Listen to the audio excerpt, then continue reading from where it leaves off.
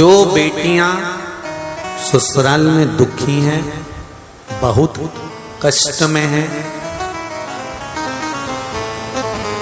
या आपस में सामंजस्य पति पत्नी का नहीं बन रहा है, या कोई विवादित वाली बात है, तो निवेदन है तलाक पर बात को लेकर मत जाना। एक बार बाबा देवाधिदेव महादेव का एक भाव जरूर प्रकट करना। महाराज,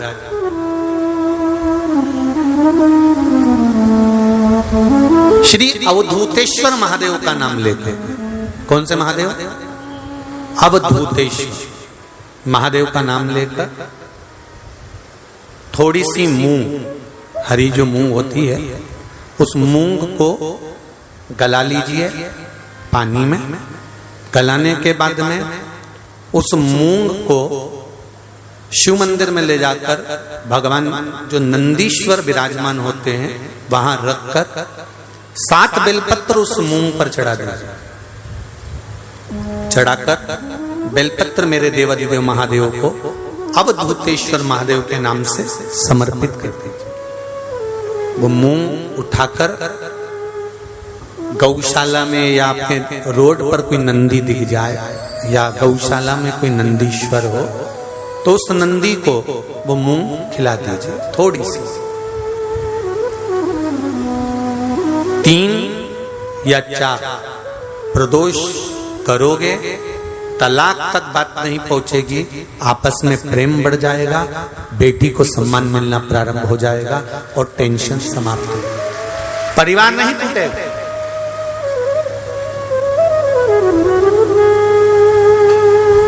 हमारे यहाँ तो मूंग का प्रयोग, जो हरी मूंग होती है, धना होता है, खड़ा धना, गुड़, ये जब घर में मंगल विवाह होता है, शादी होती है या कोई अच्छा फंक्शन होता है तो उसमें इन चीजों की जरूरत होती है। कभी आपने अपनी सासू माँ से पूछा कि मम्मी ये मूंग क्यों रखते हैं, ये गुड़ क्यों रखते हैं, ये खड़ा धना क्यों रखते हैं? ये तो सब दाल का सामान है, ये तो सब वहां रसोई घर में होना चाहिए, फिर ये पूजा की थाली में इसको क्यों रखते हैं? उसका कारण क्या है?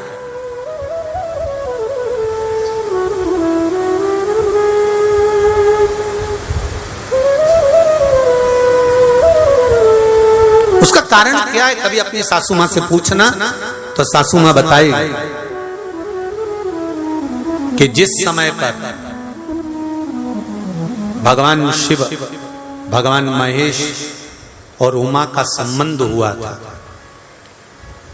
भगवान शंकर के 51 विवाह पहले हो चुके थे, पार्वती के साथ में 52वें नंबर का विवाह है शिव जी का। इससे पहले उमा, कात्यायनी, सती, कुष्मांडा, ऐसे भगवान शंकर के साथ में जो शिव जी के गले में मुंडों की जो माला होती है ना, उस माला में जो मुंड पड़े होते हैं वो 51 है। पार्वती माता ने पूछ लिया ये मुंडे किसके हैं? शिव जी ने कहा सब तेरे। पार्वती ने पूछा वो कैसे? शिव जी कहते हैं तू इतने बार प्राणों को छोड़ चुकी है और जितने बार तू प्राण छोड़ती है उतने मुंडे में गले में धारण कर लेते, तेरी माला बनाकर पहनता। उमा और महेश का जब विवाह हुआ था, भगवान उमा और माता उमा और भगवान महेश का जब मंगल विवाह हुआ था, उस विवाह के समय पर माता उमा रुष्ट होकर भगवान शिव से, ऐसा नहीं है कि केवल माता उमा रुष्ट हुई, तिरुपति चले जाओ तो माता लक्ष्मी रुष्ट होकर नीचे बैठी हुई है।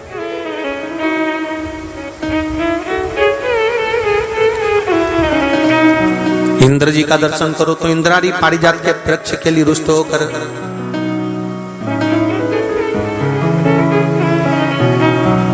ब्रह्माणी और ब्रह्मा का दर्शन करो तो गायत्री मैया को यज्ञ में बिठा लिया पुष्कर जी में, तो गायत्री मैया को देखकर सरस्वती रुष्ट होकर बैठ गई। ऐसा नहीं है कि रुष्टता नहीं होती, होती है, पर उस रुष्टता में दोनों का साथ भी होता है। लक्ष्मी मैया से, भगवान विष्णु से लक्ष्मी ऐसी रुष्ट होकर गई कि नीचे आके बैठ गई, पर भगवान के पास नहीं पहुंची। ब्रह्माणी ब्रह्मा के पास नहीं पहुंची, पर पार्वती, उमा, सती शिवजी के पास के बिना दूर गई नहीं।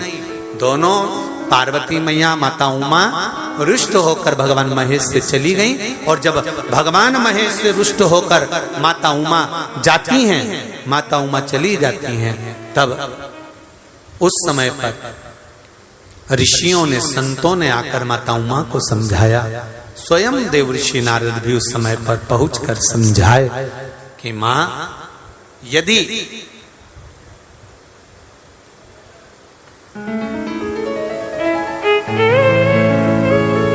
जो नंदी दिन भर भगवान की आराधना में लगा रहता है, उस नंदी को यदि अर्चन किया जाए तो उसका फल हमें मिलेगा। उमा माता ने दोनों के संबंध को श्रेष्ठ बनाने के लिए मुंह भगवान नंदीश्वर को समर्पित करे। बहुत ध्यान दीजिएगा, आज भी बुजुर्ग माताएं पूजा की जो थाली रहती है उसमें गुड़, मूंग, धना, जब मंगल विवाह होता है या कोई अच्छा कार्य होता है, शुभ कार्य होता है, तो उसमें ये रखती हैं। उसका कारण है कि जिसका संबंध जोड़ा जा रहा है, जो लड़का लड़की का संबंध हो रहा है, या कोई सगाई हो रही है, या इन लोगों का आपस में कोई जुड़ाव हो रहा है, या दो रिश्तेदार आपस में मिल रहे हैं, तो इन लोगों में कभी विवाद खड़ा नहीं, कभी विवाद, इनका आपस में प्रेम। अब यहाँ का तो नहीं मालूम, पर हमारे उधर तो आज भी नियम है, जब कोई अतिथि आता है, कोई विशेष आता है, तो जब आरती उतारते हैं तो थोड़ा सा गुड़ अतिथि को मुख में दे देते हैं, हाथ में दे देते हैं। अब यहाँ का नहीं मालूम, पर हमारे उधर का तो नियम है। मारवाड़ में भी, राजस्थान में भी, मध्य प्रदेश में भी, आदि आदि, यहाँ पे भी शायद होगा कि आरती करते समय थोड़ा सा गुड़, उसमें शक्कर नहीं, गुड़ दिया जाए। उस गुड़ की महत्वता क्या होती है? गुड़ की मूलता क्या होती है?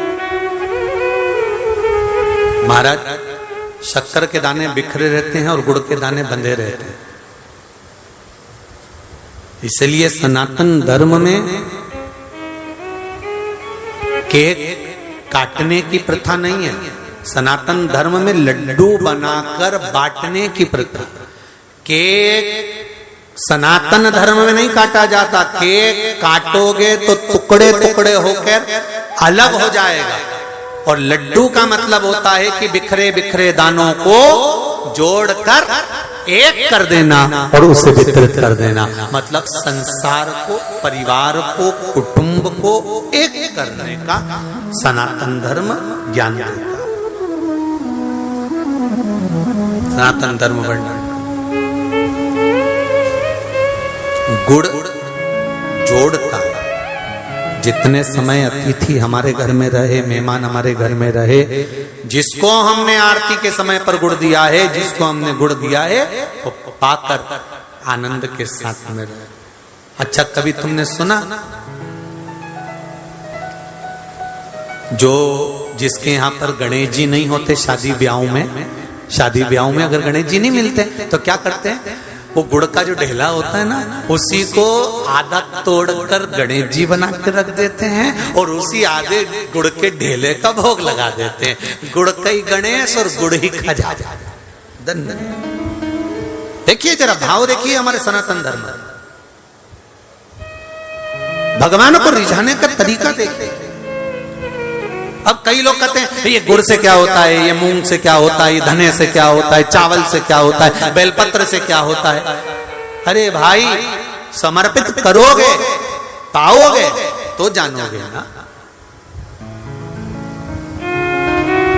और हमने पहले भी कहा, आज फिर कह रहे, शिव मंदिर में चढ़ी हुई बेलपत्र आप अगर उठाकर ला रहे हो, निर्माल्य उठाकर ला रहे हो, तो शंकर भगवान से बेलपत्र लाते समय आपको उठाने से पहले शिव जी के सामने हाथ जोड़कर, हाथ पसार कर कहना पड़ेगा, बाबा मुझे ये रोग है, इस रोग के लिए मुझे औषधि के रूप में आप बेलपत्र दे दीजिए। हम ये नहीं जानते, क्योंकि शिव महापुराण में लिखा है कि नर्मदेश्वर महादेव पर चढ़ा हुआ सामग्री निर्माल्य प्रसाद पा सकते हो, बाकी के शिवलिंग पर चढ़ा हुआ का भाग तो जो वैरागी होते हैं, त्यागी होते हैं, संत होते हैं, साधु होते हैं, उनके लिए होता है।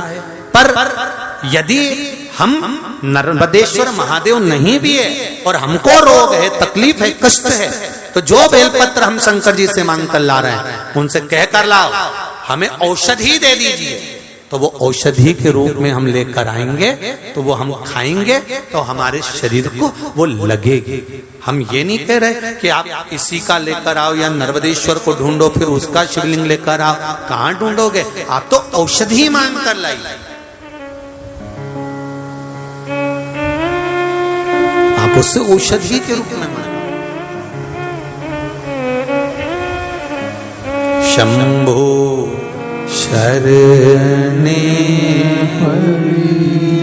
मांगू घड़ी रे घड़ी, दुख काटो दया करी दर्शन आपो।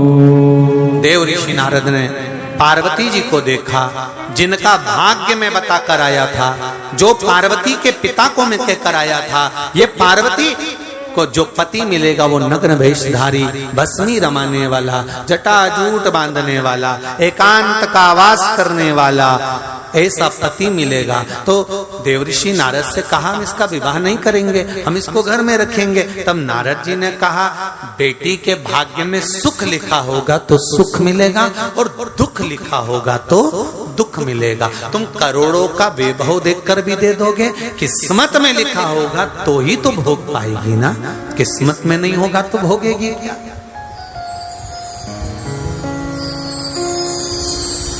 कितना हम छाट बीन कर काम करते हैं, साहब मेरा छोरा, उसके लिए बहू लाना है, कोई अच्छी मिल जाए, सुशील मिल जाए, सारा घर संभाल ले, परिवार संभाल ले, कुटुंब संभाल ले, कितनी आस लेकर आते हैं, कितना नाचते हैं, महिला संगीत में भी अपन थोड़ा थोड़ा डोल लेते हैं, कितना खर्चा करते हैं, कितना पैसा लगा देते हैं कि बहू आएगी, गरम रोटी देगी, प्रेम से बोलेगी, बहुत स्नेह से रहेगी। मेरे को करना क्या है? गिना चुना परिवार, आजकल कोई इतना बड़ा परिवार नहीं होता, 4-5 6 लोगों का परिवार, सब उसी का तो है, मुझे संभाल लेगी, सेवा करेगी, बहुत अच्छी लड़की आ रही है, बहुत सुंदर आनंद में बहू आ रही है। अब लेकर इतनी तमन्नाओं के साथ आए थे कि अच्छा बोलेगी, गरम रोटी देगी, अब वो क्या दे रही है ये तो सियोर वाला भी नहीं जान सकता। कौन?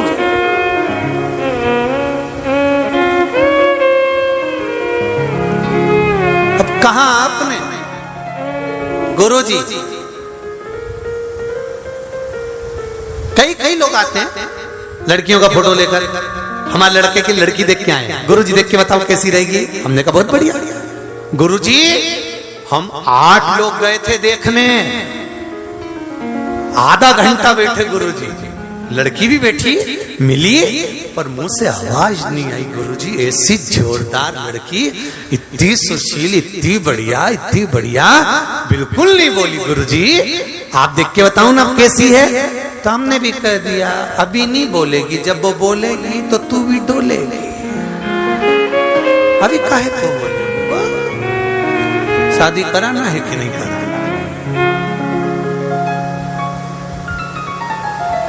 एक बात आप लोगों को कहना चाहेंगे, किसी भी घर की बेटी कभी बुरी नहीं होती, केवल हमारे समझने की कमी होती है। हम सत्ता छोड़ना नहीं चाहते, वो सत्ता लेना चाहती हैं। हम अपना लोभ समाप्त नहीं कर पाते, हम उसको बदलना चाहते हैं, वो तुम्हें बदलना चाहती है, और दोनों नहीं जान पाते कि भगवान ने जैसे बनाकर भेजा है, इनको वो नहीं बदल पाया, तो तुम दोनों आपस में कैसे बदल सकती हो? कैसे बदलो? सास बहू को बदलना चाहती है, ये मेरे अनुसार चले, मैं बताऊं वैसा काम करे, मैं जैसा सवेरे में जगती हूँ उतनी बजे जगे, मैं ऐसा करूं वैसा करे, मैं जाऊं। होता है एक बहू बेचारी कचौड़ी बना रही थी, कचौड़ी बनाते बनाते सास चिल्ला के बोली, एक एक कचौड़ी को सही से सेकना, एक एक पूरन पोली को सही से बनाना, आटे में ऐसे भर, ऐसे कर, एक एक भजिया अच्छा तलना, एक एक कचौड़ी अच्छी बनाना, एक एक इडली अच्छी बनाना। जब देखो जब सास बोलती रहे एक एक काम ऐसा करो, एक एक काम ऐसा करो। एक दिन बहू नहाने के लिए गई, 4 घंटे बाहर नहीं गई, 4 घंटे ही नहीं। सास चिल्लाती रही, बेटा क्या कर रही है? मम्मी एक एक बाल को शैम्पू कर रही हूं। और बोल, एक एक कचौड़ी को तल। क्यों बोले? वो उसको बदलना चाहती है, वो उसको बदलना चाहती है। अब ये दोनों ही नहीं जानती कि इनको बदलना कठिन है,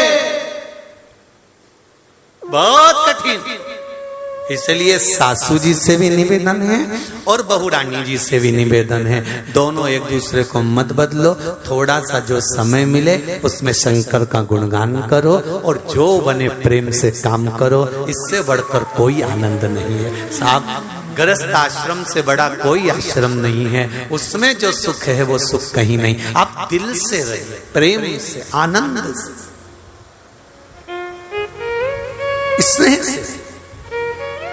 शिव कथा करे देवऋषि नारद ने मन में सोचा कि मैंने इतना बताया सब कुछ। हिमालय राज ने कहा मैं बेटी नहीं भी आऊंगा। देवऋषि नारद ने कहा बेटी तो ब्याह ना पड़ेगी, घर में कब तक रखोगे? इसलिए एक निवेदन है, बेटी से कहना जब वो बड़ी हो जाए तो बेटी से कहना कि तू शिव जी की आराधना कर।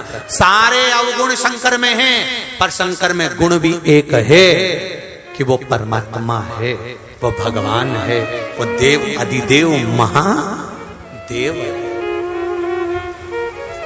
वो महादेव है।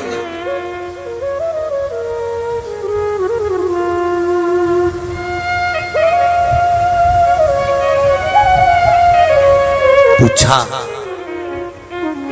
मैनावती ने पूछा देवऋषि नारद, नारद एक बात पूछूं मैं आपसे? मैं आपसे पूछूं एक बात? हाँ बोलिए, क्या बात? बोलो। देवऋषि नारद ने कहा क्या बात है? मैनावती कह रही है शिव जी क्या मेरी लाड़ो को, मेरी बेटी को निभा लेंगे? शंकर क्या मेरी बेटी को निभा लेंगे? देवऋषि नारद ने कहा जिसके दांतों में विष होता है वो गले में पड़ा है तो भी निभ रहा। बोलो सही है कि गलत है? दांतों में विष है, गले में पड़ा है तो निभ रहा है। कंठ पर विष भरा है तो भी आनंद में रह रहा है।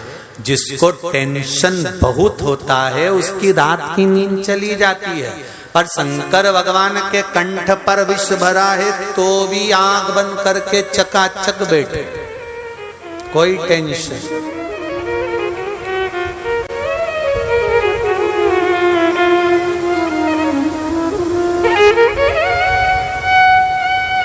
कोई चिंता नहीं।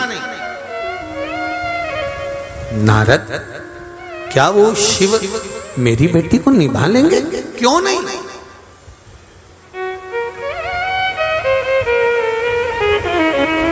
सारे देवताओं की लिस्ट निकाल लो। लक्ष्मी जी ने भगवान विष्णु को श्राप दिया था, केवल भगवान विष्णु लक्ष्मी को देखकर हंस दिए थे तैयार होते समय, और नारायण हंसे और लक्ष्मी को क्रोध आ गया। हे नारायण, आप मुझे देखकर हंसे हो घोड़े की तरह? मैं श्राप देती हूं लक्ष्मी कि नारायण तुम मुझे घोड़े की तरह देखकर हंसे हो, इसलिए तुम्हारा गला कटेगा, शीश कटेगा और घोड़े का मुंह लगेगा। भगवान विष्णु का हयग्रीव अवतार हुआ केवल लक्ष्मी के कारण। ब्रह्माणी ब्रह्मा जी को श्राप दे देती हैं, ब्रह्मदेव तुमने मेरा अपमान करा है। यज्ञ करने बैठे मैं तैयार होने गई थी और तुमने दूसरी स्त्री को बिठा लिया। इन ब्राह्मणों के कहने पर गाय के मुख से प्रकट कर कर गायत्री को बिठा लिया। इस पुष्कर राज की भूमि पर तुमने गायत्री को बिठाकर यज्ञ करा है। ब्रह्मदेव, मैं ब्रह्माणी तुमको श्राप देती हूं, पूरी पृथ्वी पर कहीं तुम्हारे मंदिर नहीं बनेंगे। केवल एक पुष्कर में तुमने यज्ञ करा है, इसलिए यहां तुम्हारा मंदिर होगा, बाकी के कहीं नहीं होंगे। ब्रह्माणी ब्रह्मा को श्राप दे देती हैं, नारायणी नारायण को श्राप दे देती हैं, इंद्राणी इंद्र को श्राप दे देती हैं। केवल अगर सही परिवार देखा जाए तो शंकर और पार्वती का है, जो आज तक भगवान शंकर से कोई शब्द ही नहीं कहे, एक शब्द नहीं। तीज का व्रत किसका होता है? जम के बोलो जरा। पार्वती जी का। छठ का व्रत किसका होता है? बोलते जाओ। पार्वती जी का। चतुर्थी का व्रत किसका होता है? बोलो बोलो जम के। पार्वती जी का। नवरात्रि के व्रत किसके होते हैं? पार्वती जी के। भारत की भूमि पर जितने स्त्रियों के व्रत हैं, माताओं के व्रत हैं, ये सारे पार्वती जी के हैं। ना लक्ष्मी जी का कोई व्रत नहीं है। कोई ने नहीं कहा कि दिवाली पर तुम लक्ष्मी जी का व्रत करो, वो तो तुम्हारी मर्जी हो तो करो, नहीं तो कहीं शास्त्र प्रमाण में नहीं लिखा कि आप लक्ष्मी जी का व्रत करो। लक्ष्मी जी का कोई व्रत नहीं है। यहां ब्रह्माणी का कोई व्रत नहीं है, इंद्राणी का कोई व्रत नहीं है। अगर व्रत है तो केवल पार्वती जी का। माता पार्वती का व्रत इसलिए है क्योंकि माता पार्वती ने कभी अपने पति से अपशब्द नहीं कहे थे, कभी ऊंची आवाज में बात नहीं करी थी, इसलिए पार्वती जी के व्रत आज तक चल रहे हैं। व्रत तो तुम्हारे भी चालू हो जाए, अगर तुम ऊंची आवाज में बात नहीं करो तो उसमें कोई दिक्कत नहीं। अगर तुम तेज आवाज में बोलना बंद कर दो ना, तुम जब भी बोलती हो ना धड़धड़ा के बोलती हो। 4 घंटे से बोल रही हूं कि दूध की थैली लिया। फोन भी किया था मैंने कि दूध की थैली लेते आना। कथा में गए थे, वहीं से सब्जी लेते लेते आ जाते। ऐसी धड़धड़ा के बोली चंद्र घंटा, ऐसी बोली कि भेरू सिंदूर चिपका के बैठ गया। कहीं मत बोलो। क्या व्रत तो तुम्हारे भी चालू हो जाए। तुम अगर तेज आवाज में नहीं बोलो तो व्रत तो व्रत है। तुम अगर प्रेम से बोलो, इतने प्रेम से, जैसे पहले शादी के पहले फोन पे बात करती थी रात को 9 बजे से 1-1 बजे तक, मालूम ही नहीं पड़ता था, दोनों लगी रहते। 12-1 बजे घर के लोग भी कहते अब तो सो जा छोरा, कि मम्मी बस थोड़ी सी बात और कर लो। छोरी से कहा बेटा सो जा। शादी के पहले 1-1, 2-2 बजे तक बात करे, और शादी के बाद ऐसा वो कहे ना, शादी का 1 साल पति बोले पत्नी सुने, शादी का दूसरा साल पत्नी बोले पति सुने, और शादी के बाकी के साल पति पत्नी दोनों बोले पूरा मोहल्ला सुने। पूरा कहाँ मतलब?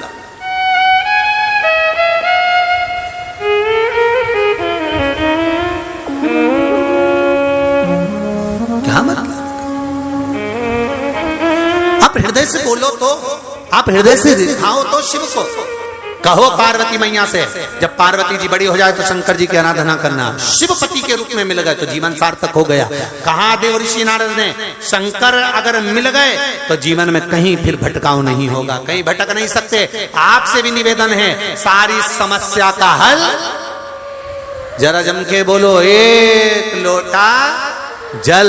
और उस 1 लोटे जल की महत्वता को जिस दिन जान गए, उस दिन जीवन आया 1 लोटा जल।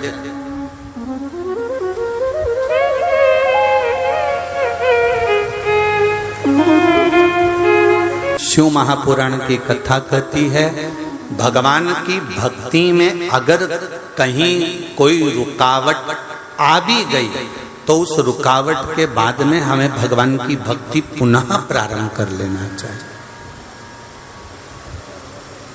होता है ऐसा, ऐसा होता है। कई बार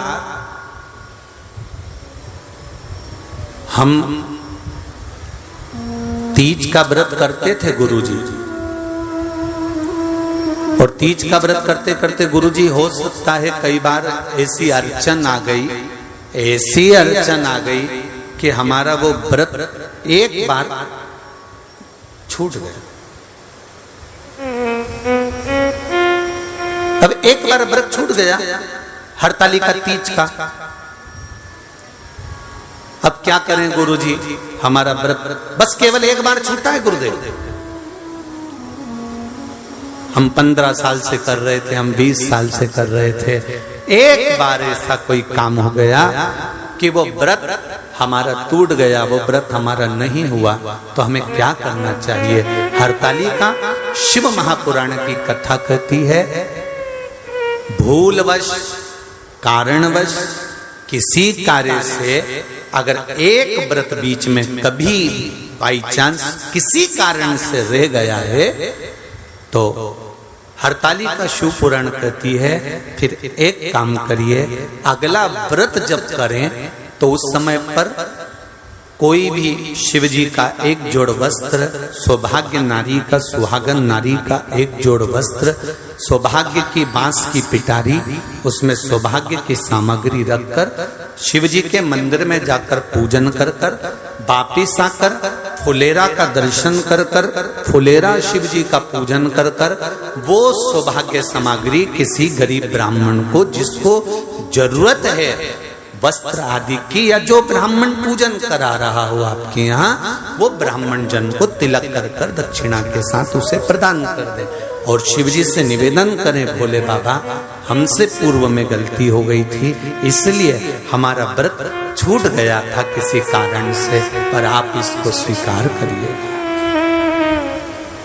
आप इसको स्वीकार करिए, गलती हो गई। अब जिसके पास में वस्त्र भी ना हो ब्राह्मण को देने के लिए, कोई सौभाग्य वस्तु सामग्री भी ना हो, तो शिव महापुराण की कथा कहती है हल्दी और कुंकू तो घर में होता है ना, ये हल्दी कुंकू भी अपने किसी ब्राह्मण को दे दिया तो भी आपका हरतालिका व्रत का फल आपको प्राप्त जरूर होगा।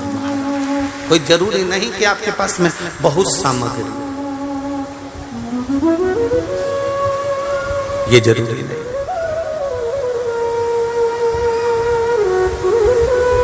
कहां से प्रारंभ हुआ है हरतालिका? देव ऋषि नारद भ्रमण करते करते माता पार्वती जी के पास पहुंचे।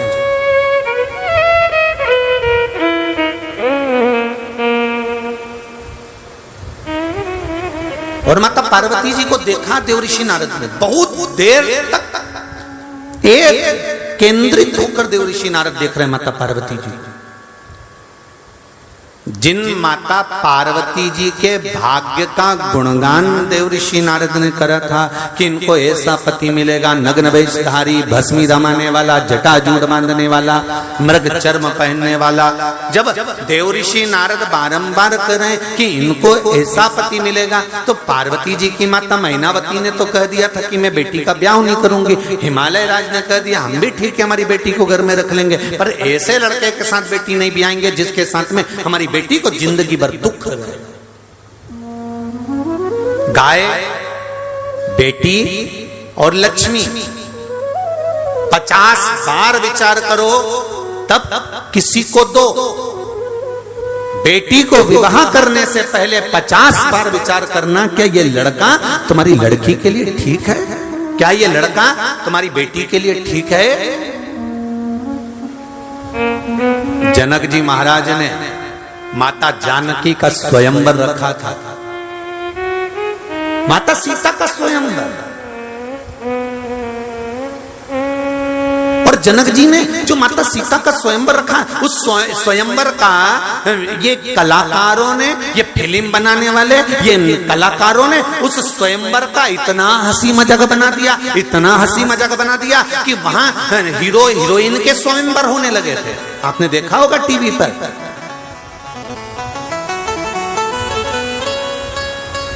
और स्वयंवर होने के बाद में उनसे शादी भी हो गई, कहीं का जीत भी गया तो, और 1.5 महीने के बाद तलाक भी हो गया। अब देखिए जरा, जब तुमने जानकी जी से इसकी होड़ करी है, जब तुमने राम जी से इसकी होड़ करी है, जब तुमने इसकी होड़ माता जानकी और राघव जी से करी है, मेरे राम जी से करी है, तो सीता राम जी ने इतना दुख माता जानकी को आया तो भी वो राम से दूर नहीं हुई। इतना दुख राम जी से आया पर राम जी सीता से दुख दूर नहीं हुए। एक जानकी जी को खोजने के लिए रावण का संहार कर दिया। अगर तुमने स्वयंवर रखा था सीता जी को देखकर, अगर तुमने स्वयंवर रखा था जानकी जी को देखकर, ये फिल्म के कलाकारों ने, जो हीरो हीरोइन ने टीवी पर खूब प्रपंचा मचाया स्वयंवर का, अगर स्वयंवर रचा था तो फिर निभाती ना जी, क्यों नहीं निभाया? 1.5 महीने में तलाक लेके फिर घर में बैठ गए, अब अगला स्वयंवर रचाने की तैयारी करने लगे। क्यों रचाया? सनातन धर्म की हंसी उड़ाने की आदत पड़ गई है लोगों को। लोगों को आदत है सनातन धर्म की हंसी, और ये मौका, सनातन धर्म की हंसी उड़ाने का मौका किसी दूसरे ने नहीं दिया है। हम किसी को आक्षेप ना लगाएं, हम किसी को उंगली ना उठाएं। हम किसी के ऊपर एक उंगली भी उठाते हैं तो ये 3 उंगली हमारी ओर जाती है कि ये सनातन धर्म पर उंगली उठाने का मौका किसी दूसरे ने नहीं दिया। ये 3 उंगली हमारी ओर जा रही है, मतलब सनातन धर्म पर उंगली उठाने का मौका हमने दिया है। नहीं तो किसी की सामर्थ्यता है भला कि सनातन धर्म पर कोई उंगली उठा दे?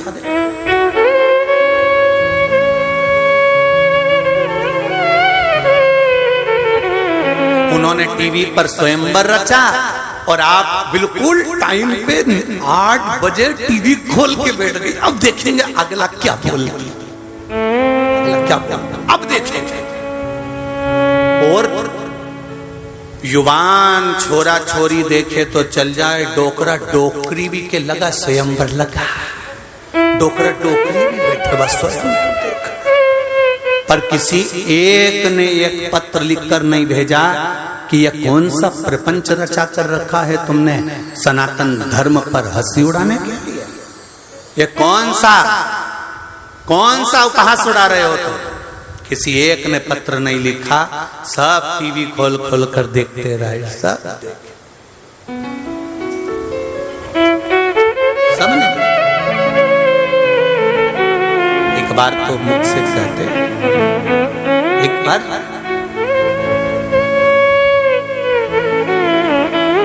3 को देने से पहले 50 बार विचार करना। एक बेटी को देने से पहले, दूसरा गौ माता को देने से पहले, तीसरा लक्ष्मी धन पैसा देने से पहले 50 बार विचार करना कि किसको दे रहे हो।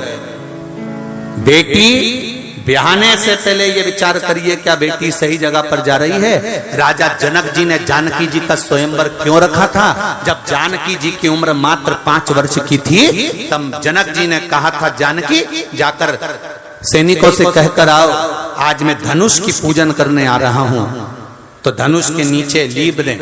जानकी जी कहने गई तो द्वारपालों ने कहा, माता जी हमने धनुष के नीचे का भाग आसपास का लीप दिया, पर वो धनुष हमसे नहीं उठता है, इसलिए हमने गाय के गोबर से उसके नीचे नहीं लीपा है। जानकी जी बोली, इतना छोटा सा धनुष तुमसे नहीं उठता, चलो मैं उठा देती हूँ। और जानकी जी गई, उन्होंने हाथ में गोबर लिया, उल्टे हाथ से धनुष को उठाया, गोबर को लीप कर 5 वर्ष की जानकी मैया गोबर से लीप कर धनुष को रखकर आ गई।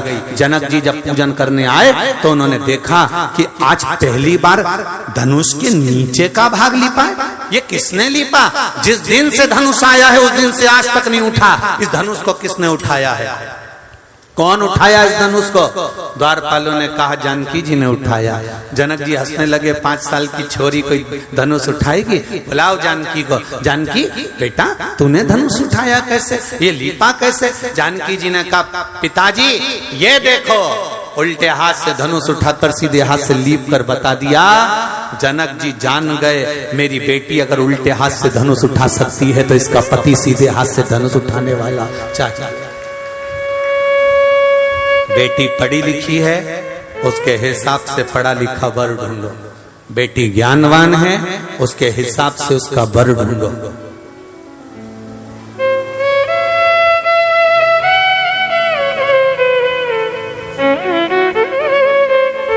उसके हिसाब से वर ढूंढो।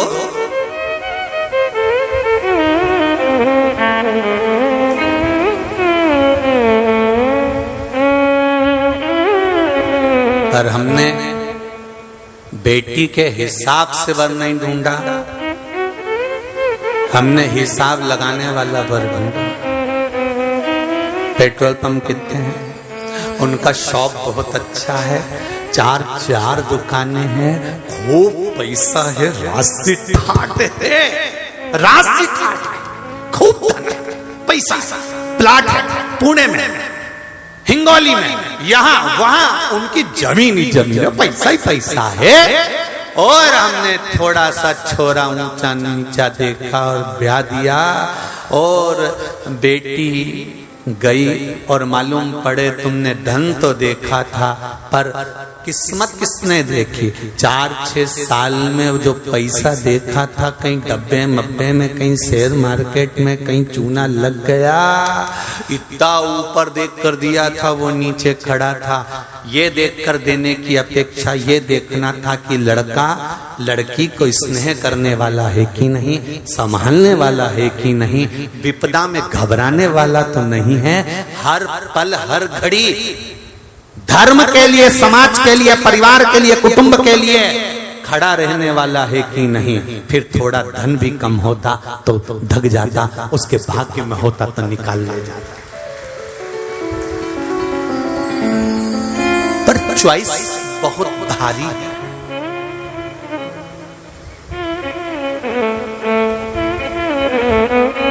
बहुत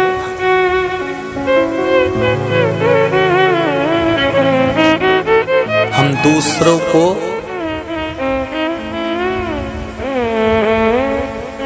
इम्प्रेस करने के लिए अपने वालों को इग्नोर कर देते हैं, हम दूसरे को इम्प्रेस करते हैं।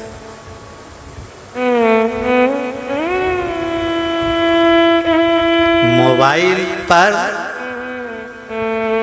हम दूसरों को इम्प्रेस करने का प्लान बना रहे हैं, पर ये नहीं देख रहे कि जो हमारे पास है उसको तो इग्नोर कर रहे हैं। जिसको इम्प्रेस कर रहे थे वो इम्प्रेस भी नहीं हुआ, और जो इग्नोर करा था वो पूर्ण तरह से इग्नोर हो गया, ना यहाँ के रहे ना वहां के रहे। इसलिए शिव कथा कहती है शंकर भगवान के चरणों में पार्वती दिन रात सेवा में लीन रहती थी, उसको कोई मतलब नहीं कि कहाँ जाना है, क्या करना है, किससे कहना है। दुख आया अपने दुख को शंकर जी से कहा, तकलीफ आई भगवान शिव से कही, कुछ परेशानी आई भगवान शंकर से कही। वो भटक नहीं रही है माता पार्वती, हम भटकते। संसार में आने के बाद में हमने भटकना प्रारंभ कर दिया। थोड़े दिन यहाँ चले गए, वहां से काम नहीं हुआ, यहाँ चले गए, यहाँ से काम नहीं हुआ, वहां चले गए, वहां से काम नहीं हुआ, वहां चले गए। शिव महापुराण की कथा कहती है एक ही द्वार पर अगर जाते रहते, परमात्मा का द्वार अगर पकड़ कर रखते, भगवान शंकर का स्मरण, राम का स्मरण, कृष्ण का स्मरण करते रहते तो जीवन अपने आप पार हो जाता। हरि विठ्ठल का स्मरण करते रहते तो जीवन पार हो जाता। पर हम 24 घंटे भटक रहे हैं, 24 घंटे। अरे तुम पूरी बफेट में पार्टी में घूमो, यहाँ दही बड़ा खा लो, वहाँ गुलाब जामुन खा लो, वहाँ चाउमीन खा लो, वहाँ पानी पतासा खा लो, सब कुछ खा लो, पर 2 रोटी तो तुमको खाना ही पड़ेगी। क्यों? जब तक रोटी नहीं खाओगे इन चीजों से पेट नहीं भराएगा। रोटी की याद घर जाकर आएगी कि खाना जरूर खाना था। खाओ तुम, चाउमीन खाओ, लड्डू खाओ, उधर दही बड़ा, उधर आलू बड़ा, उधर छम्मक लड्डू, उधर आइसक्रीम, दुनिया भर के आइटम निपटाओ, दुनिया भर के स्टॉल खाओ, पर एक रोटी वो थाली में लेकर, सब्जी लेकर, थोड़ी दाल चावल लेकर, थोड़ा ना थोड़ा भले 2 कौर खा लोगे ना तो संतुष्टि रहेगी कि मैं रोटी खाकर आई। इन चीजों से पेट नहीं भराएगा। कभी इधर भटक लिए, कभी उधर भटक लिए, कभी उधर भटक लिए, आखिरी में रोटी के पास तो आना पड़ेगा। ये स्टॉल सबसे भारी है, और जो आखिरी में भी इस स्टॉल पर नहीं आता फिर उसका इंस्टॉलमेंट पूरा जमा हो जाता। इस स्टॉल पर तो आना पड़ता। तुम खुद देख लो, जो शिव के पास नहीं जाता। पार्वती जी ने शंकर भगवान से कहा भोलेनाथ जी, भगवान बैकुंठ में विराजमान होते हैं। हर व्यक्ति की फर्स्ट चॉइस रहती है कि मुझे बैकुंठ जाना। प्रत्येक व्यक्ति के मन में रहता है। आपसे भी पूछा जाए तो आप भी कह दोगे मैं बैकुंठ जाऊंगी, भगवान मुझे बैकुंठ जाना, मुझे बैकुंठ जाना। हर व्यक्ति की चॉइस है कि उसको बैकुंठ जाना। तो पार्वती जी ने शिव जी से कहा, भोलेनाथ जी जिसको देखो वो बैकुंठ जाना चाहता है, जिसको देखो वो भगवान के धाम जाना चाहता है, अपने यहाँ कौन आएगा। इतने में शंकर भगवान पार्वती से बोले तू चिंता मत कर, मेरे ससुर ने मुझे श्राप दिया था। शंकर मैं तुझे श्राप देता हूं कि तू शमशान में निवास करेगा। मैं और तू दोनों शमशान में रहते हैं। तो पार्वती जी बोली अब तो और कोई मिलने नहीं आएगा, शमशान में कौन आएगा। शंकर भगवान बोले भले नहीं आएगा तो लास्ट में बांध के लाएंगे, नहीं आएगा तो आखिरी में बांध कर लाएंगे। जो बैकुंठ जाता है वो वापिस भी आता है, इंद्रलोक जाता है वो वापिस भी आता है। शंकर भगवान कह रहे हैं पार्वती जो एक बार शमशान आ जाता है ना फिर तो जाता ही नहीं। उसको इतना मजा आता है ना शमशान में कि यहां से जोरदार जगह कहां मिलेगी। इतना आराम कि दुनिया की किटकिट खत्म।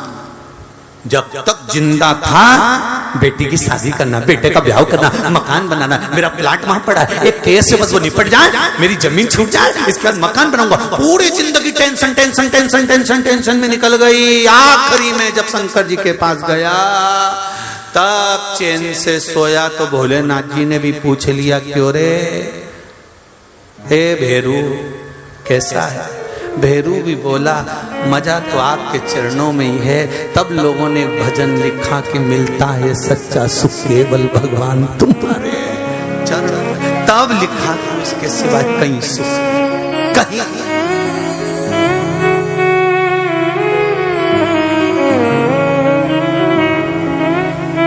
चाहे अग्नि में मुझे जलना, चाहे कांटों पर मुझे चाहे छोड़ के देश निकलना हो, रहे ध्यान तुम्हारे चरणों में। हे भगवान अब मेरा मन कहीं नहीं लगता, केवल तुम्हारे चरणारविंद, केवल तुम्हारे सिवा में कहीं जाना नहीं चाहता। और जिसने शिव के चरण पकड़ लिए, जो शंकर का हो गया, सारा भार शिव का हो गया, सारा भार। तुम एक बार दिल लगाओ तो भोलेनाथ से।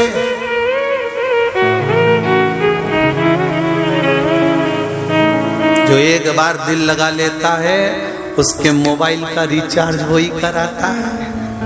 बोलो तो जरा दमदारी से सही है कि गलत है। किसी ने किसी से दिल लगा लिया, उसने कहा मेरा बेल क्यों मैं तो मैसेज कर रहा तू उठा क्यों नहीं रही, चार्ज ही नहीं है। तो मुझे तो बोल मैं भी चार्ज कर देता हूँ। उसने 2 मिनट लगाया, बटन दबाई ना, उसका मोबाइल चार्ज कर दिया। उसने कहा मेरा मोबाइल खो गया। उसने कहा काय को टेंशन लेती है, अब भी दिलाऊं चल। और ले गया बाजार भुड़ भुड़ करता और मोबाइल दिला दिया। जहां दिल लगाया था तो पैसा देखा नहीं जाता। शिव जी की कथा भी ये कहती है कि एक लड़की ने एक लड़के से स्नेह किया तो लड़के ने पूरा बोझ उठा लिया उसका। सूट दिलाए, हार दिलाए, रिंग दिलाए, बाली दिलाए, सूट दिलाए, सब कुछ दिलाए। तो जरा विचार करो, संसार के व्यक्ति से दिल लगाया तो उसने केवल 13 वजन उठाया। अगर शिव से लगा लेती तो सबका बोझ वही उठा लेता। उससे तो लगाओ एक बार दिल, उससे तो लगाओ एक बार हृदय। जब शंकर से दिल लग जाता है तो फिर परिवार का टेंशन नहीं देना। अब सौंप दिया इस जीवन का सब भार तुम्हारे हाथों। फिर संसार में क्या एक पत्र आया, देखिए बड़ा सुंदर है।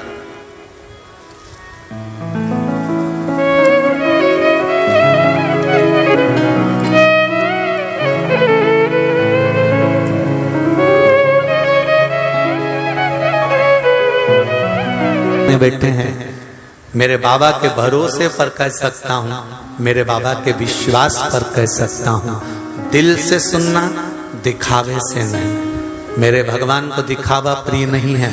शमशान में जाकर कोई दिखावा करता है क्या? अरे बोलो तो जम के। जो अच्छा सेठ से सेठ भी मरता है तो डनलप के गद्दे पर नहीं जाता, बांस पर और घास पर ही जाता है।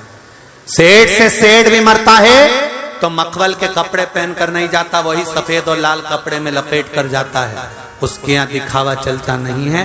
तुम दिल से शिव महापुराण की कथा सुनो, दिल से सुनो। माना इस पंडाल में जगह नहीं तो दूसरे पंडाल में बैठकर सुनो, दूसरे में नहीं हो तो तीसरे में बैठकर सुनो, तीसरे पंडाल में जगह नहीं हो तो चौथे में बैठकर सुनो।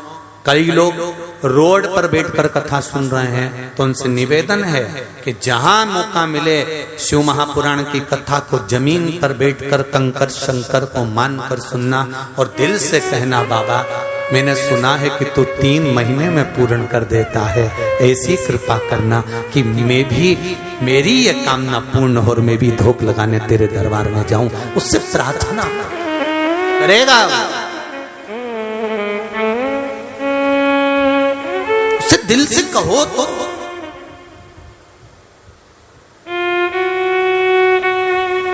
बेटी, गाय और लक्ष्मी 50 बार विचार करो तब दीजिए। बेटी को हर कहीं नहीं दे देना।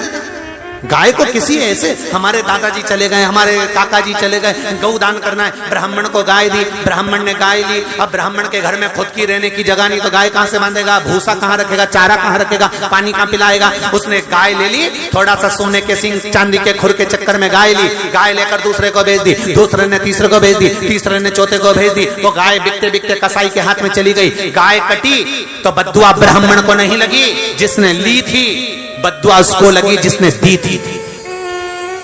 संकल्प तुमने दिया है,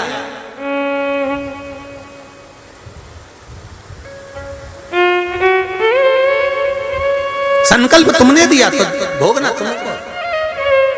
बेटी को दुख आता है तो तकलीफ किसको होती है? जिनको तुमने बफेट में रोटी खिलाई उनको। अरे बोलो तो जम के। बेटी को दुख आता है तो जिसने संबंध पक्का कराया उसको दुख होगा। अरे बोलो तो जम के नहीं होगा। सारे रिश्तेदार भोजन कर कर जाएंगे, पार्टी निपटा के जाएंगे, दुख उनको नहीं होगा। बेटी को अगर तकलीफ होगी तो या तो माँ रोएगी या बाप रोएगा, और माँ से ज्यादा बाप रोता है, कहता नहीं पर दिल में रहता है। माँ से ज्यादा बाप रोता है। बेटा माँ को प्रिय होता है और बेटी बाप को प्रिय होती है।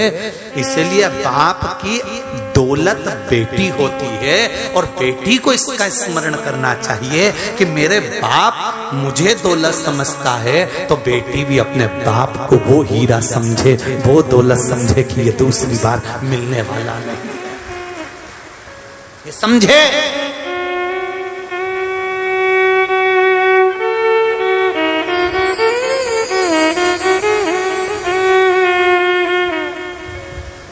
कसाई के घर में गाय चली गई, देने वाले को रोना पड़ा।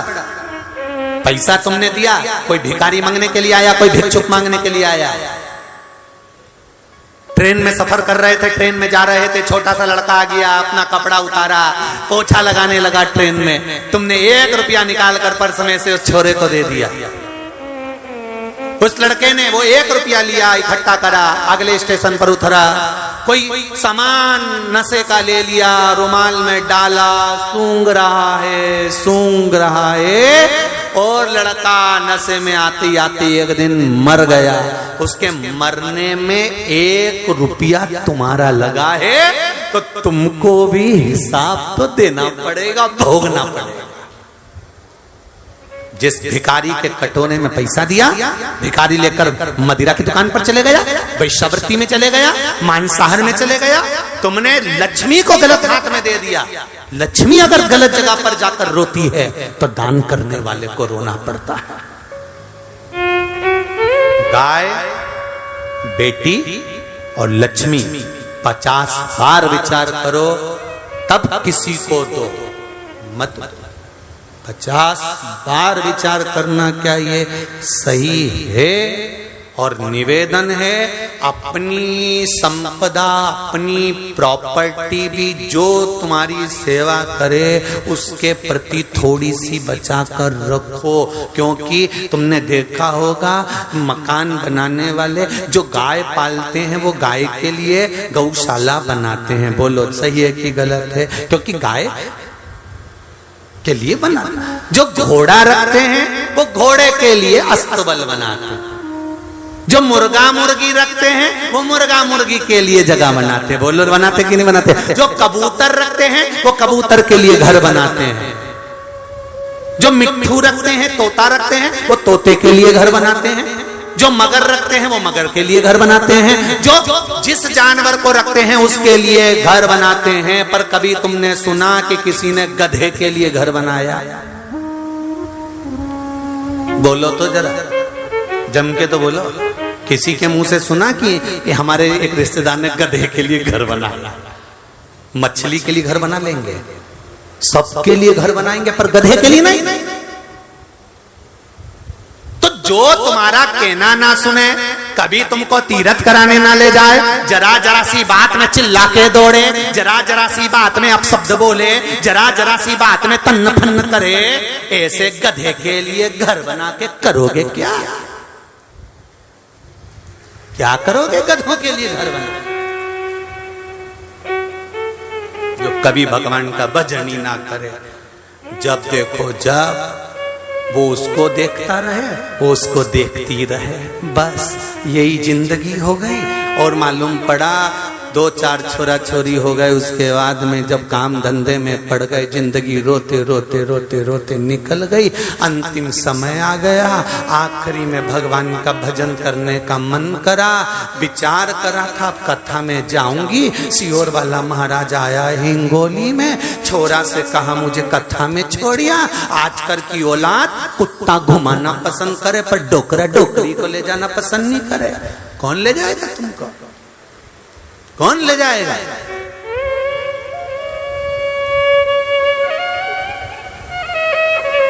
एक कुत्ता को चेन से बांधकर इतना चड्डा पहन के, टी शर्ट पहन के जब घुमाते हैं तो ऐसा लगता है इनको कि हमारे बराबर कोई वीआईपी नहीं है। सुबेरे सुबेरे हमारा शास्त्र कहता है कि गीता के पीछे चलो, रामायण के पीछे चलो, धर्म और शास्त्रों के पीछे चलो। ये सुबह से उठ के मुंह धो के कुत्ता के पीछे चले। कुत्ता तुम्हारे पीछे चलता है क्या? जम के बोलो जरा, चलता है? नहीं, जहां कुत्ता जाएगा। अब जरा विचार करो, इतने वीआईपी, इतने वीआईपी, इतने वीआईपी कि इनके घर के बच्चों को छीछी आई तो बेचारी एक बाई रख रखी वो साफ करे। इनके घर के औलादों की गंदगी एक बाई रख रखी वो साफ करे, एक आई रख रखी वो साफ करे, और ये कुत्तों को गंदगी कराते फिरे। छीछी करे, और वो कुत्ता छीछी करे और ये वहीं खड़े रहे। इतने वीआईपी, भगवान ऐसा वीआईपी मत बनाना रे कि कहां का किस्मत लेके आए कि औलाद की गंदगी की जगह कुत्ता की गंदगी साफ करते फिर रहा है। भगवान ऐसा वीआईपी नीचे ऐसा वीआईपी करे, सुबह से उठ के कुत्ता के घुमाए नीचे। शिव के मूल मंत्र, शिव महापुराण का जो आनंद देने वाला मंत्र है, जिसके बल पर जीव को सुख का अनुभव होता है, उस मंत्र का जाप बाबा से हृदय से दिल जोड़कर, मन जोड़कर, चित्त जोड़कर कहें, श्री शिवाय नमस्तुभ्यं, श्री शिवाय नमस्तुभ्यं, श्री शिवाय नमस्तुभ्यं, श्री शिवाय नमस्तुभ्यं, श्री शिवाय नमस्तुभ्यं। बोला सब दुख काटो मार, ओ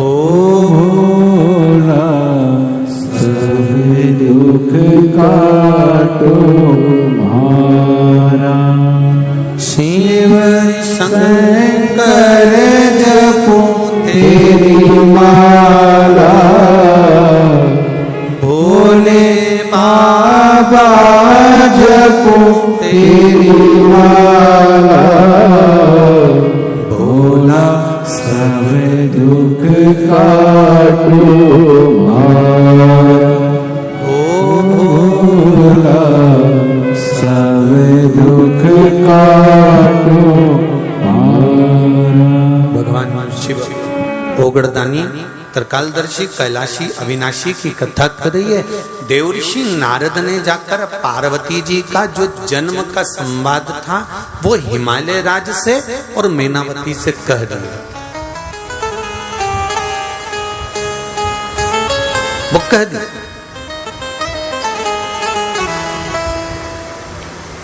एक बात अपने हृदय में उतार कर रखिए। मैं नमन करता हूं लिंगायत संप्रदाय के सभी भक्तों को जिनके गले में शिवलिंग एक चांदी की डब्बी में बाबा शंकर का शिवलिंग कंकर शंकर इनके गले में रहता है हर पल हर घड़ी हर क्षण हर पल हर घड़ी हर क्षण।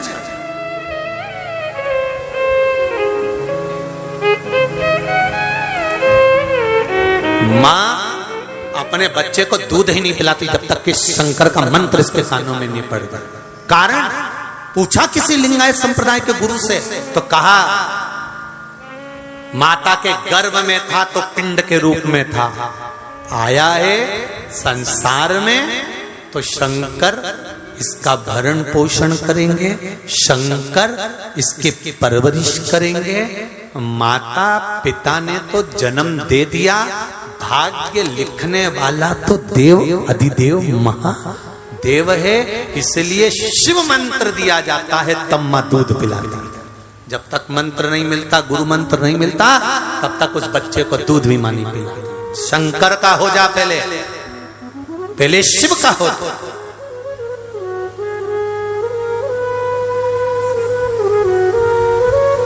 पूरे देश और विदेश में विराजमान लिंगायत संप्रदाय के भक्तों को दंडवत प्रणाम करता हूं। आपका विश्वास, आपकी अटूटता, आपके हृदय की चित्रता, शंकर का गुणगान, उसका भरोसा, दृढ़ता छूटती नहीं।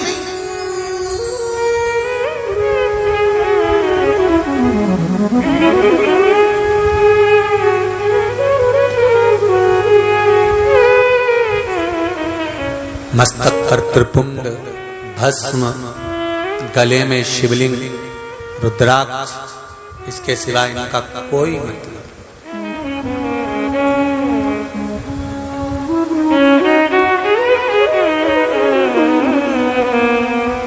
शुरुआत भी शिव है और अंत भी शिव। शंकर के सिवा कुछ नहीं। मेरे भोले तेरा सहारा है, मेरे भोले तेरा सहारा है, मेरी नैया का तो किनारा है, मेरी नैया का तो किनारा है। शिव के सिवा है कौन? शंकर के सिवा जाने कौन जाने? तो मेरा निवेदन है, जिसके संबंध में आपस में तकरार हो तो मुंह का भाव आप नंदीश्वर को देकर बेलपत्र शिव को मुंह के ऊपर से चढ़ी हुई पहले मुंह पर चढ़ गई, फिर वही उठाकर भगवान शिव को समर्पित कर दी जाए और हृदय का भाव कहकर भगवान शंकर से निवेदन किया जाए। सुनेगा, सुनेगा।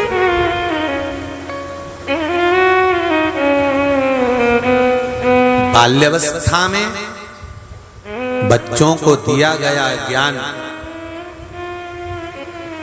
आखिरी तक काम आता है। एक बात परली बैजनाथ की धरा पर कही थी, शिव महापुराण में जो सोमानी परिवार कथा करवाए हैं, उसमें एक बात कही थी,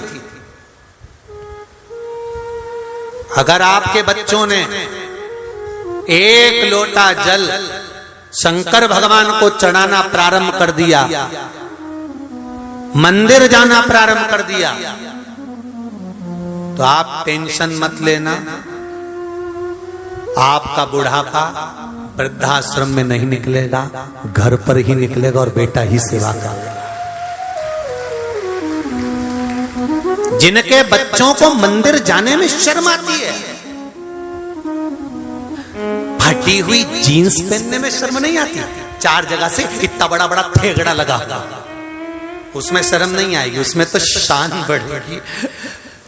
और लोग भी पूछेंगे कहां से फटी है, बहुत जोरदार है।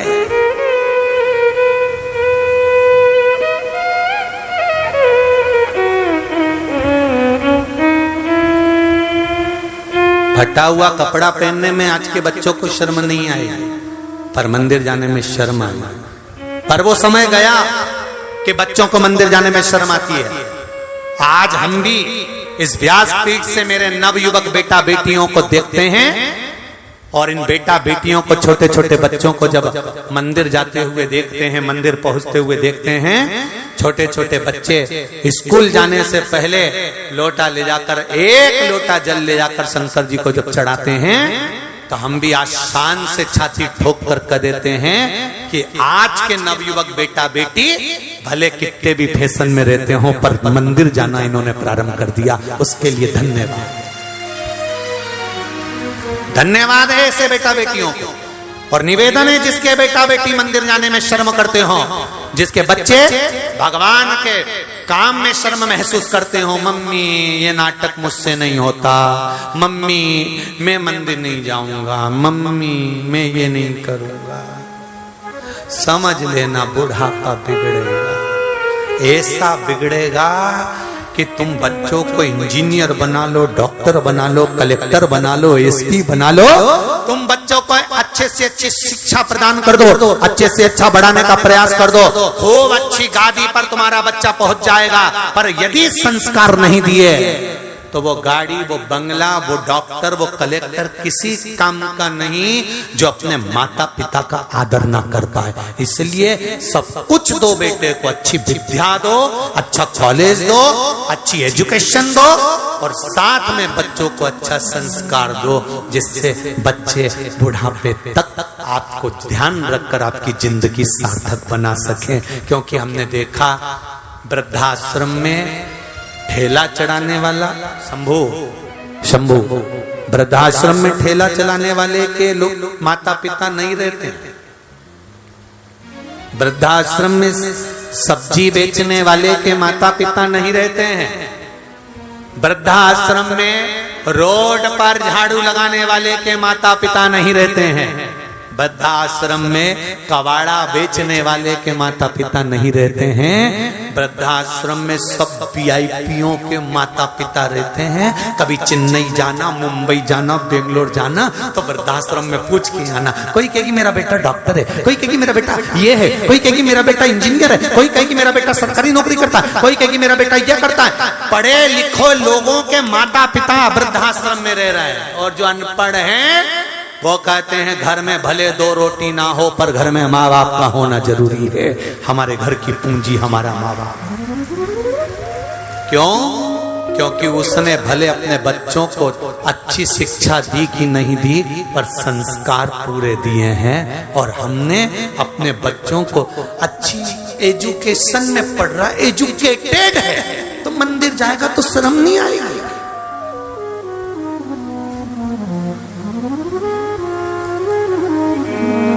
समझाओ घर के बेटा बेटी को, बेटा मंदिर जाओ, जाओ।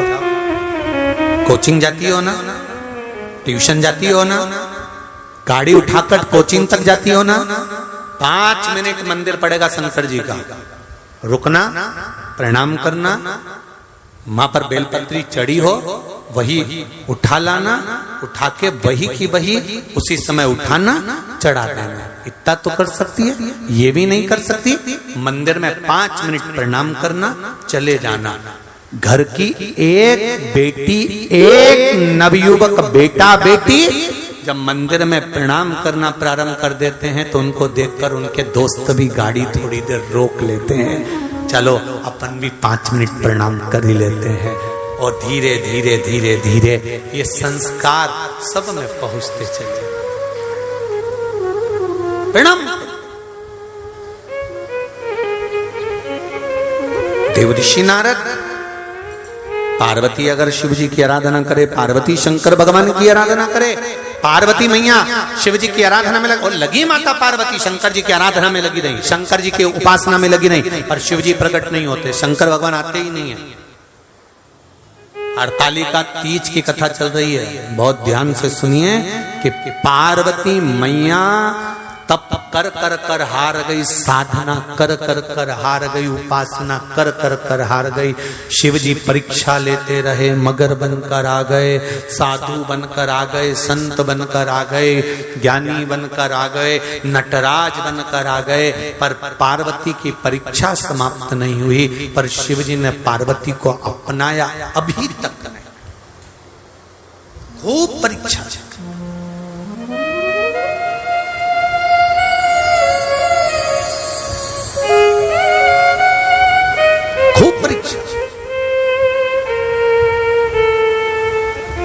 थोड़ा सा क्रोध जाग जाता है, जब कोई काम नहीं होता क्रोध जाग जाता है।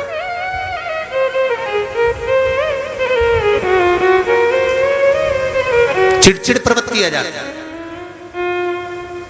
उस जगह पर घर में अगर लग रहा है कि कई लोग कहते हैं 8 दिन से हमको अच्छा नहीं लग रहा, घर में बहुत ऐसा लग रहा है कि कुछ होने वाला है, मेरी आंख भी बहुत फड़क रही है, बहुत ऐसा लग रहा है कि कुछ ना कुछ तकलीफ होने वाली है, कुछ ना करिए, दुर्वा लीजिए।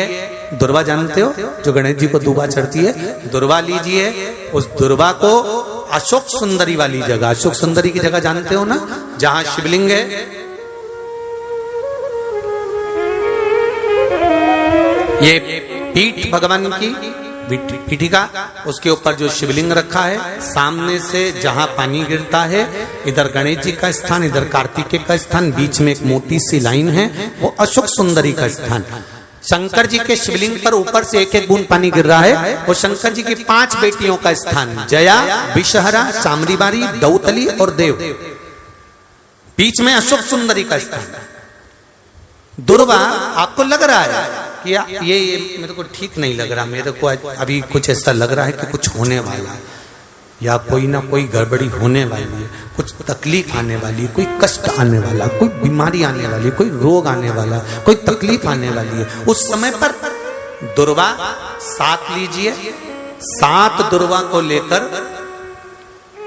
अशोक सुंदरी वाली जगह पर चंदन का पहले लेपन कर दो, और उस पर दुर्वा की डंडी का जो मुख है वो पानी बहता है उस साइड, और शिवलिंग की साइड में दुर्वा की पत्तियों का मुख कर कर उसको रखकर अपने हाथ का स्पर्श करो, और अपने मन से बाबा का स्मरण कर कर, दिल से कहकर बाबा को उस दुर्वा को लेकर आ जाओ। उसका पानी घर में, पानी में उस दुर्वा को डालकर उसका पानी सब दूर छिड़क दो, श्री शिवाय नमस्तुभ्यम कहकर। जो नेगेटिवता ऊर्जा थी वो पॉजिटिव में बदलेगी, और आपको 15 मिनट के अंदर ऐसा लगेगा कि जैसे शंकर भगवान ने खुद अपना गंगा जल भेजा है और पूरे घर को पवित्र कर दिया है। मन में उत्साह, उमंगता, एक आनंदता, आनंद। दुर्वा का भुक फल,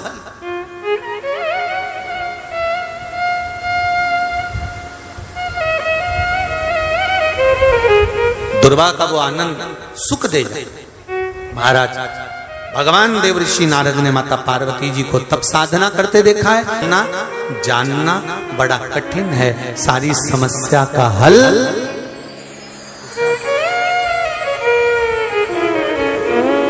लोग भटकाएंगे, आपसे कहेंगे बेलपत्री चढ़ाने से कुछ होता है, शहद लगाने से कुछ होता है, जल चढ़ाकर पीने से कुछ होता है, बेलपत्री खाने से कुछ होता है, शंकर जी इस शंकर जी पे चढ़ाओ, इन पे मत चढ़ाओ, उन पर मत चढ़ाओ, ऐसा करो वैसा करो।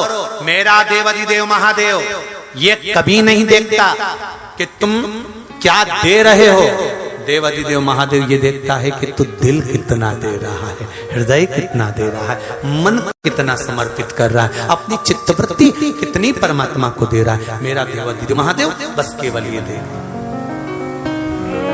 मैंने तेरे ही भरोसे ओ बाबा तेरे ही भरोसे हवा विच उड़ते जावांगे बाबा डोर हटो छटीला में कठी जावांगी। उसे दिल से कहो, वो सुनेगा। भाव से उसको समर्पित हो।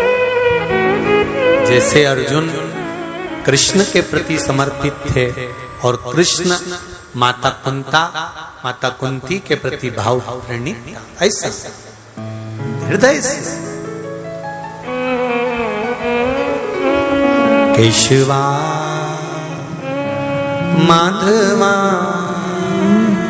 तू जाना मात रे गुड़वा, केशवा माधवा तू जाना मात रे गुड़वा, तूच सारखा तूच देवा तुला कुणाचा नाही,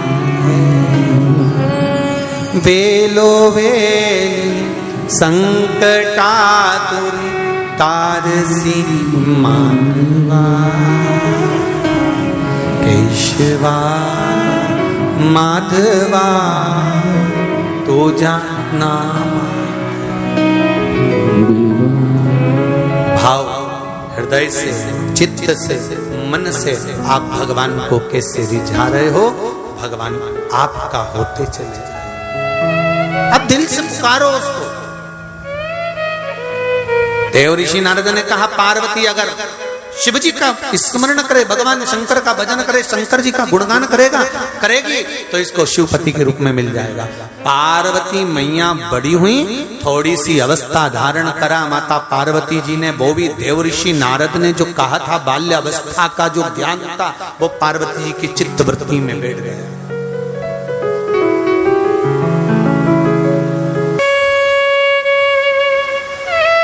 बस एक चीज अपनी जिंदगी में याद रखो, जैसे मोबाइल में बैलेंस देखते रहते हो कि कब खत्म हो रहा, देखते हो टीवी का रिचार्ज कब खत्म हो रहा,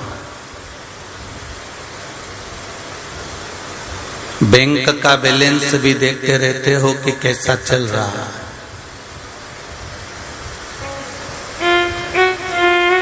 और समझदार व्यक्ति होगा तो हफ्ते में कम से कम एक बार अपने बैंक का बैलेंस देखते रहना चाहिए। आजकल इतना फ्रॉड चल रहा है कि कोई आपका कोई नंबर ले ले और आपके पैसे निकाल ले, तो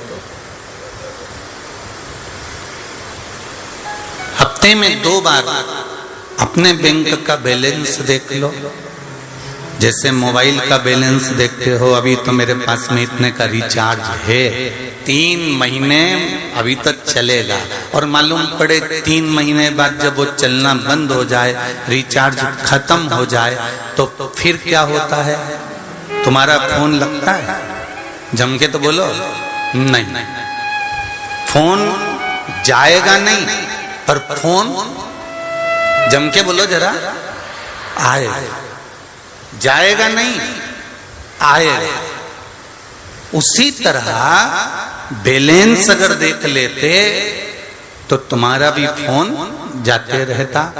जैसे बैंक का बैलेंस देखते हो, मोबाइल का बैलेंस देखते हो, टीवी का बैलेंस देखते हो, परिवार का बैलेंस देखते हो, उसी तरह शिव महापुराण की कथा कहती है कि भगवान के भजन का भी बैलेंस देखते रहना कि कहीं ये खत्म तो नहीं हो जाए। अगर भजन का बैलेंस खत्म हो जाएगा, जैसे मोबाइल का बैलेंस खत्म हो गया, तो तुम्हारा फोन जाएगा नहीं, उधर का फोन बोलो बोलो जम के बोलो आएगा।